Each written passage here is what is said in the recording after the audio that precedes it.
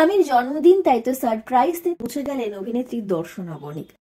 আপনাদের সবাইকে স্বাগত সিনে গসিপে। বন্ধুরা, অভিনেত্রী দর্শনা বণিক আর সৌরভ দাসের বিয়ের পরের প্রথম জন্মদিন ছিল সৌরভের। আর এই জন্মদিনটি কি সারপ্রাইজ দেবেন না তিনি তার স্বামীকে? তা কি হয়? তাই তো পৌঁছে গেলেন অভিনেত্রী দর্শনা বণিক, দিলেন সারপ্রাইজ সৌরভকে। চলুন দেখে নেওয়া যাক ভিডিও। বন্ধুরা, সৌরভ দাসের জন্মদিনে দেখা গিয়েছে একাধিক ভিডিও কোলাজ করে শেয়ার করতে সামাজিক মাধ্যমের পাতায় দর্শনাকে। তার সঙ্গে ভালোবাসায় মোড়া বার্তাও শেয়ার করেছেন অভিনেত্রী। নিজের বউয়ের এই সুন্দর বার্তায় উত্তরও দিয়েছেন অভিনেতা সৌরভ দাস। অভিনেত্রা কমেন্ট বক্সে কমেন্টও দিয়েছেন। তবে এখানেই থেমে থাকেননি দর্শনা বণিক। সৌরভ দাস শুটিং করতে বিদেশে, আর সেখানে তিনি মন দিয়েছেন শুটিংয়ে। আচমকাই সেখানে হাজির হয়ে যান দর্শনা বণিক। ভিডিও শেয়ার করলেন অভিনেত্রী। প্লেনে করে যাওয়া, সেখানে নামা, তারপর হঠাৎই শুটিং স্পটে পৌঁছে যাওয়া।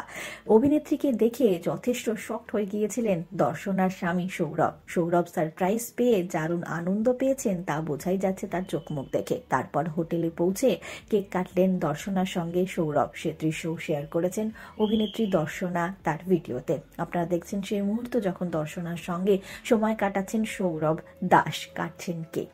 দর্শনাকে সঙ্গে নিয়ে বিয়ের পরের প্রথম জন্মদিনটা এভাবেই কাটালেন অভিনেতা সৌরভ দাস। 15ই ডিসেম্বর সাতপাকে বাধা পড়েছেন সৌরভ আর দর্শনা। বিয়ে করার পরেই দুজনে কাজে লেগে পড়েছেন। নিজেদের কাজ সম্পন্ন করছেন তারা। কাজের জন্য চলে গিয়েছিলেন অভিনেতা সৌরভ দাস, আর সেখানেই সারপ্রাইজ দিতে হাজির হয়েছিলেন দর্শনা। দর্শনা আর সৌরভ একে অপরের সঙ্গে সময় কাটান, বিভিন্ন মুহূর্তও শেয়ার করেন তারা সামাজিক মাধ্যমের পাতায়। তবে বন্ধুরা, কবে হানিমুনে যাবেন সে প্রশ্ন বারবারই উঠেছে। তবে অভিনেত্রী জানিয়েছিলেন এক সাক্ষাৎকারে তারা মে মাসে সুইজারল্যান্ড যাওয়ার পরিকল্পনা করেছেন। দর্শনা আর সৌরভের জন্য রইল অনেক শুভেচ্ছা। আর অভিনেতা সৌরভের জন্মদিন তো চলে গেছে, তবে জন্মদিনের শুভেচ্ছাটা আপনারা জানাতেই পারেন কমেন্টের মাধ্যমে। বিনোদন জগতের আর অনেক খবর নিয়ে জলদি ফিরছি, জুড়ে থাকুন আমাদের সঙ্গে। আমরা হলাম সিনে গসিপ, জুড়ে থাকুন আমাদের সঙ্গে। সাবস্ক্রাইব করুন আমাদের এই ইউটিউব চ্যানেলটি।